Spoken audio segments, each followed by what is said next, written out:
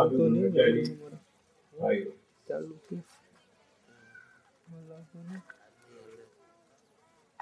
આ કાર્યક્રમની બાબતમાં હવે સારી કોઈ નહીં ચાલે.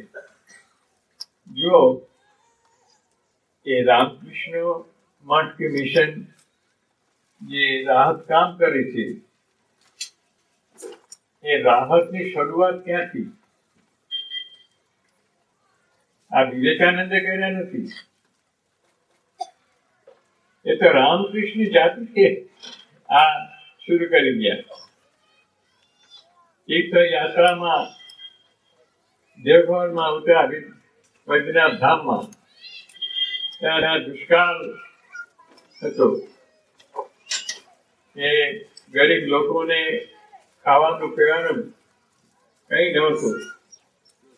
આ બધું જોઈને ભગવાને મથુરનાથને કહે કે તમે આ બધાને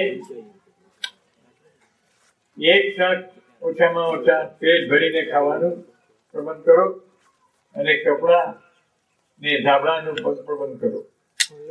મથુરનાથ કહે કે અત્યારે હું ક્યાંથી કરું? યાત્રામાં નીકળ્યા છે, પૈસા ક્યાં હોય ને ગમે તે હોય, આ નહીં કરો તો હું અહીંયા બેસી જાઉં છું, આગળ નહીં જાઉં.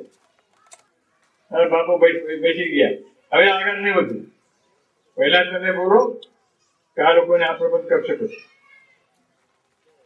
સ્વામીજી તો એવું હતું કે જયારે કલકત્તામાં પ્લેગ ની આપત્તિ આવી, જો પૈસા આવતો એમાંથી રાજકામ શરૂ કર્યા. પછી પૈસા ન હતો. એ સમય જસ્ટ વેલુ મોડના જમીન લીધા ને એક બિલ્ડિંગ છે, બાકી રસોઈ નથી. સ્વામીજી તો સ્વામીજી છે, શિવ ઠાકુર, હા મહાદેવ, બસ એ કે ભલે આપણા એ મઠ માટે જે જમીન છે એ બધું વેચી નાખો અને એ પૈસાથી કરો વાત કરો. એમના ગુરુભાઈઓને લાગ્યું કે આ તો ભાઈનો અમારો માએ એવું બોલે છે. બસ હવે બોલો, ત્યારથી શરૂ કરીને આજ સુધી રાહત કામ કેટલું થઈ ગયા અને થાય છે. એક રીતે બીજી રીતે ખૂબ થાય છે. તમે તો જાણો છો એ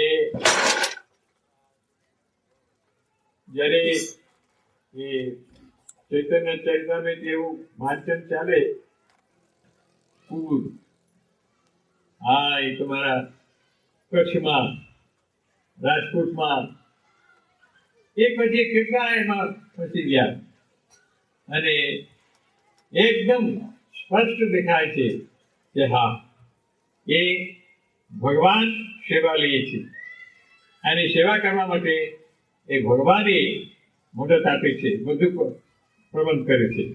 પણ તમારી માનવી જોઈએ, તમારા ચા, તમારા આંતરિકતા જોઈએ, નહીં તો નહીં થાય. હવે હું તમારા કામ તો બહુ સુંદર થયો. હવે એક બે વાત મને કહું છે કેવું છે કે ઘણા સમયથી આપણા મિશન તરફથી જે ભાવ ભાગવામાં આવે છે એ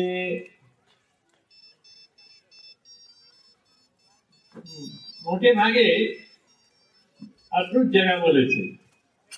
એક રૂમ, એક રસોડો, એક ટોયલેટ,